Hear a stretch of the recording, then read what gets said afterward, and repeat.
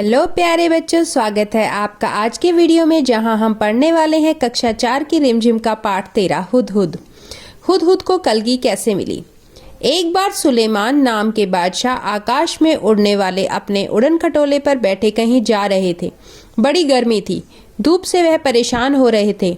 आकाश में उड़ने वाले गिद्धों ने उनसे कहा कि अपने पंखों से तुम लोग मेरे सिर पर छाया कर दो, पर गिद्धों ने ऐसा करने से मना कर दिया। उन्होंने बहाना बनाते हुए कहा, हम तो इतने छोटे छोटे हैं, हमारी गर्दन पर पंख भी नहीं है, हम छाया कैसे कर सकते हैं। सुलेमान आगे बढ़ गए। कुछ दूर जाने पर उनकी भेंट हुदहुदों के मुखिया से हुई। सुलेमान ने उससे भी मदद मांगी। वह चतुर था। उसने फौरन अपने दल के सभी हुदहुदों को इकट्ठा करके बादशाह सुलेमान के ऊपर छाया कर दी। सुलेमान बोले, मैं गिद्धों से भी मदद मांगी थी, वे मेरी मदद कर सकते थे, पर उन्होंने मेरी मदद नहीं की।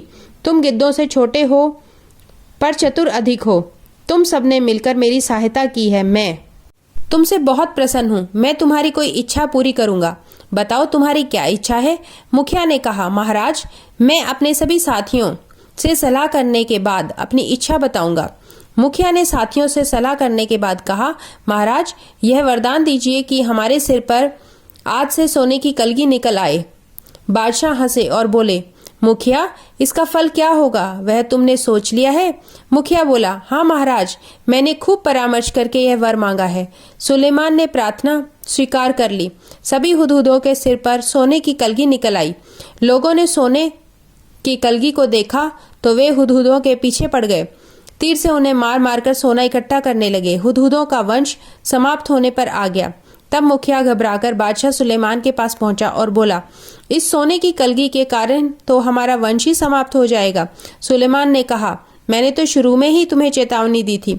खैर जाओ, आज से तुम्हारे सिर पर ताज सोने का नहीं, सुंदर परों का हुआ करेगा। और तभी से हुदहुदों के सिर पर परों का यह ताज कलगी शोभा पा रहा है। हुदहुद एक बहुत ही सुंदर पक्षी है। इसके शरीर पर सबसे सुंदर भाग उसके सिर की कलगी होती है। वैसे तो वह इसे समेटे रहता है, पर जैसे ही किसी तरह की आवाज होती है वह चौकन्ना होकर परों को फैला लेता है। तब यह कलगी देखने में हूबहू किसी सुंदर पंखों जैसी लगने लगती है। इसी कलगी के बारे में तुमने अभी एक सुंदर कहानी भी पढ़ी है।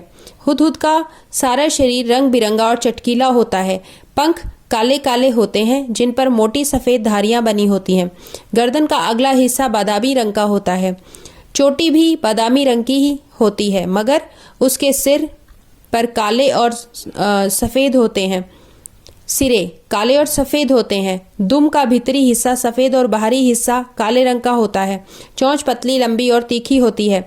इस चोंच में यह आसानी से ज़मीन के भीतर छिपे हुए कीड़े मकोड़ों को ढूंढ निकालता है।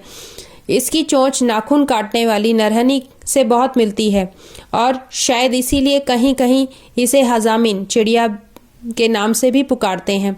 हुदहुद हमारे देश के सभी भागों में पाए जाते हैं। तुमने इसे अपने घर के आसपास अपनी तीखी चोंच से जमीन खोदते हुए अवश्य देखा होगा। बोलते समय यह 3 बार हुप हुप हुप सा कुछ कहता है, इसलिए इसे अंग्रेजी में हुप्पू कहा जाता है। हिंदी में इसे हुदहुद कहते हैं। धूप में कीड़ा ढूंढने के कारण हमारे देश में कहीं कहीं इसे पदुबया भी कहते हैं, और सुंदर कलगी की वजह से कुछ लोग इसे शाह सुलेमान कहकर पुकारते हैं। मादा हुदहुद 3 से 10 अंडे देती है। जब तक बच्चे अंडे से बाहर नहीं निकल आते वह अंडों पर बैठी रहती है, हटती नहीं। नर वहीं भोजन लाकर उसे खिला जाता है, पर दोनों में से कोई भी घोंसले की सफाई नहीं करता। संसार के विख्यात पक्षियों में से एक यह हुदहुद।